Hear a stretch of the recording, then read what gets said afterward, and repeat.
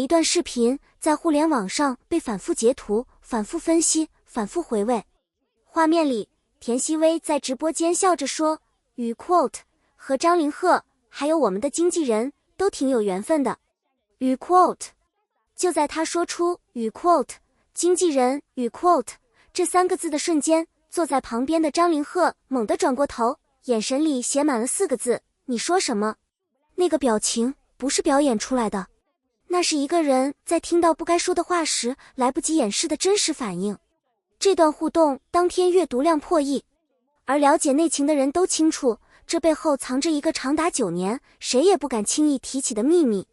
今天我们来聊聊张凌赫和田曦薇之间那些说不清道不明的故事。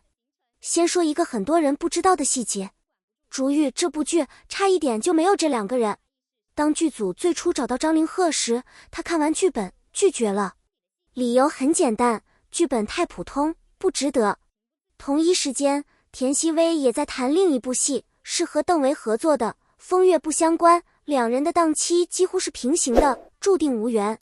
然后命运拐了个弯，田曦薇突然退出了《风月不相关》，转头接下了竹玉。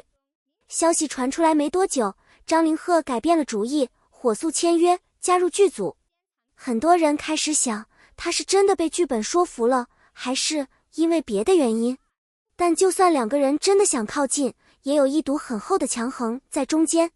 这堵墙叫做与 quote 经纪人恩怨与 quote。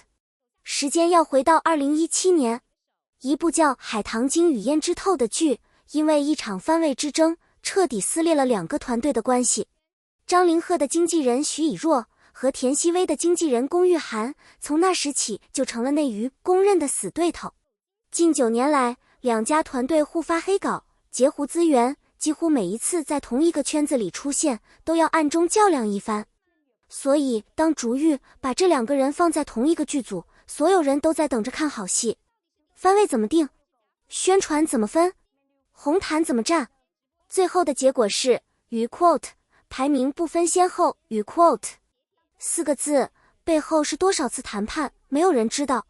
拍摄期间，据说合同里连肢体接触的细节都有明确条款，吻戏被要求最小化，采访同框要保持距离，红毯背对背站位，每一条规定都像是专门为了与 quote 防止任何意外发生与 quote 而量身定制的。事情远没有这么简单，就算有这么多规定，有些东西还是挡不住。先说一个小小的细节，某次拍摄间隙，田曦薇喝完水，把杯子放回桌上，张凌赫走过来，没有直接拿起来喝，他把那个杯子慢慢地转了半圈，然后才喝。喝的是和他嘴唇接触过的那个位置。一个合同里满是避嫌条款的人，在镜头之外做了这样一件事。还有一次，2人走下台阶，张凌赫按照本能伸出手想要扶他，那只手在空中停了不到1秒，又悄悄收回去了。如果是纯粹的与 quote 营业与 quote， 这只手根本没必要伸出来。真正的营业是在镜头前大大方方的牵手，是精心设计好的甜蜜互动。而那个伸出来又缩回去的动作，恰恰是因为他忘了规定，忘了摄像头，只是本能的想保护他。还有那次综艺，主持人问他为什么把田曦薇的眼睛画得那么亮，他没有想太多，直接回答与 quote 因为他的眼睛里全是星星。与 quote 说完之后才反应过来自己说了什么。如果你们觉得这件事值得更多人看到，点个赞，让这个故事传出去。然后事情开始有了新的走向。田曦薇的新剧《天才女友》宣布男主是胡一天，照片流出来的那一刻，评论区立刻爆了。有人说胡一天1.88米，张凌赫1.90米，2个人脸型相似，气质都是那种轮廓锋利，眼神清冷的类型。甚至有网友直接开玩笑，与 quote 田曦薇找了个一样的与 quote。 而《天才女友》拍摄的场景被一张拍下来传到网上，雪地里的吻，床上的场景，男主单膝跪地的求婚，每一幕都和竹玉里的名场面高度相似，只是换成了现代背景。张凌赫保持了沉默，但不久之后，他悄悄改掉了微博的自动回复，换上去的是一句沈从文写给妻子张兆和的话，语 quote 我航过许多地方的桥，看过许多次数的云，喝过许多种类的酒，却只爱过一个正当最好年龄的人。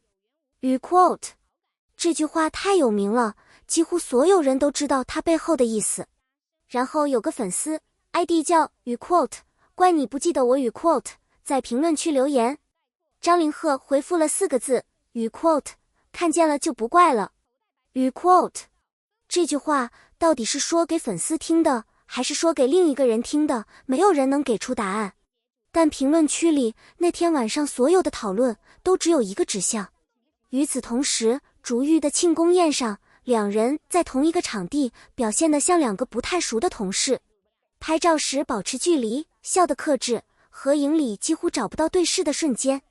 就是这种克制，让网友说语 quote 真情侣才这样避嫌。营业 CP 从来不需要这么用力的假装陌生。语 quote 评论区告诉我，你觉得他们之间是真情实感，还是顶级营业？当然，也有人给出了截然不同的答案。知名爆料博主刘大锤在一次直播里明确表示，张凌赫和田曦薇语 quote 谈不了一点语 quote 不可能在一起。他的理由很具体，双方团队管控极严，在事业上升期，任何恋情曝光都意味着巨大的商业损失。张凌赫手握15个高端代言，合同里的违约条款是3年片酬。田曦薇签有多个国际品牌的形象保密协议。刘大锤的结论是，所有你们看到的甜蜜细节都是剧宣营业的一部分。这个行业有它的规则，正主心里清楚。他说的不是没有道理。内娱的 CP 营业已经成为一套成熟的工业体系，剧方需要热度，平台需要流量，经纪公司需要商业转化。两个漂亮的年轻人被放在一起，制造暧昧，制造话题，最后所有人都赚到了该赚的钱。从这个角度看，所谓的语 quote 细节语 quote 都可以被解释。但这里有一个问题是我一直想不通的，如果真的只是营业，为什么那只手要伸出来再缩回去？营业的逻辑是镜头在哪里，甜蜜就在哪里。